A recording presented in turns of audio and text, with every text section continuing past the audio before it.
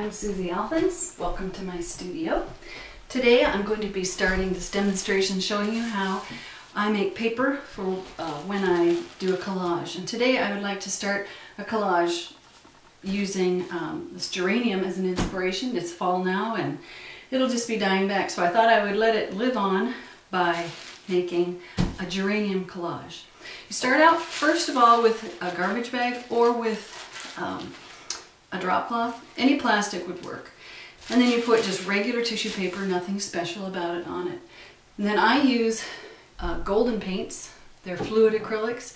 You could also use craft acrylic paint from the craft store. And what I do then is I mix it about 50-50 with water. Kind of thins it out a little bit and makes it so it spreads.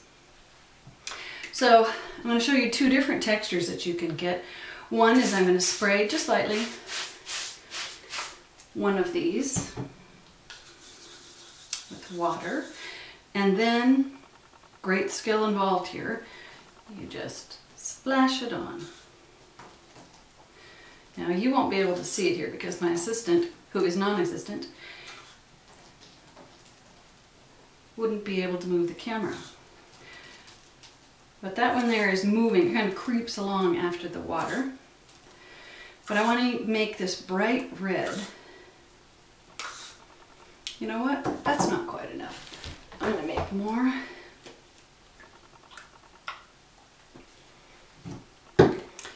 Mix it with a little water. This is a real inexpensive little brush from Home Depot. Nothing special. But you can use anything. You could even just pour it directly on there.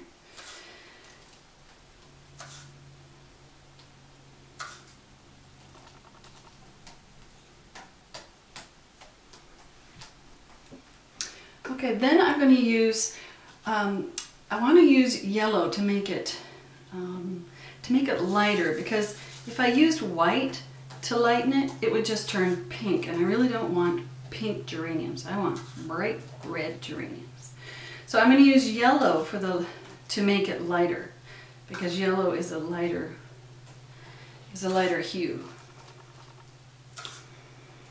Yellow.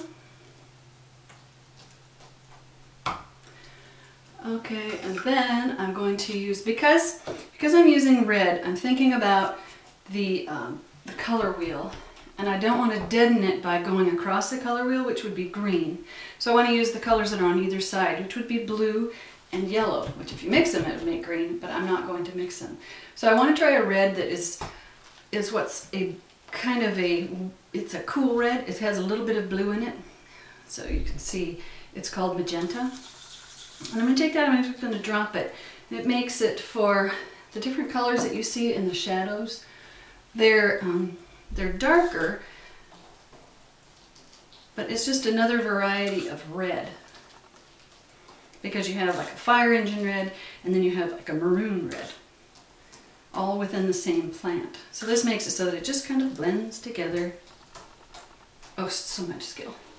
Okay, then the next thing I want to do is I'm going to go on the other side of the color wheel, which is blue.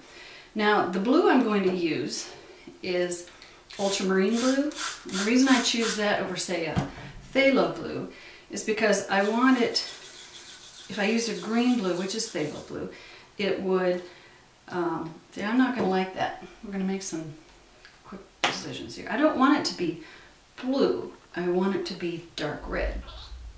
So, I'm going to mix that in. There we go. And add a little bit more red. Put it over there so we got. Okay, here we go. So it's just kind of a dark red, dark, dark, dark. Almost toward brown. It actually maybe is brown.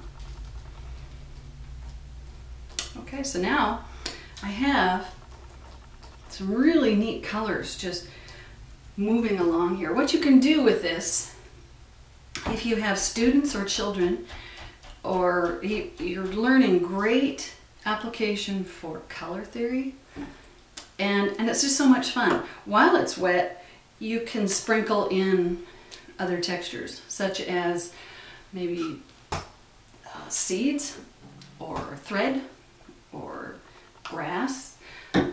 You can just put in all kinds of things. Now, the other thing that I'm wanting is some edge textures, which are like these little pieces of geranium. I'm going to put those around the edge, so you'll see how I'm going to use those later. But they make for little bud shapes right along the edge.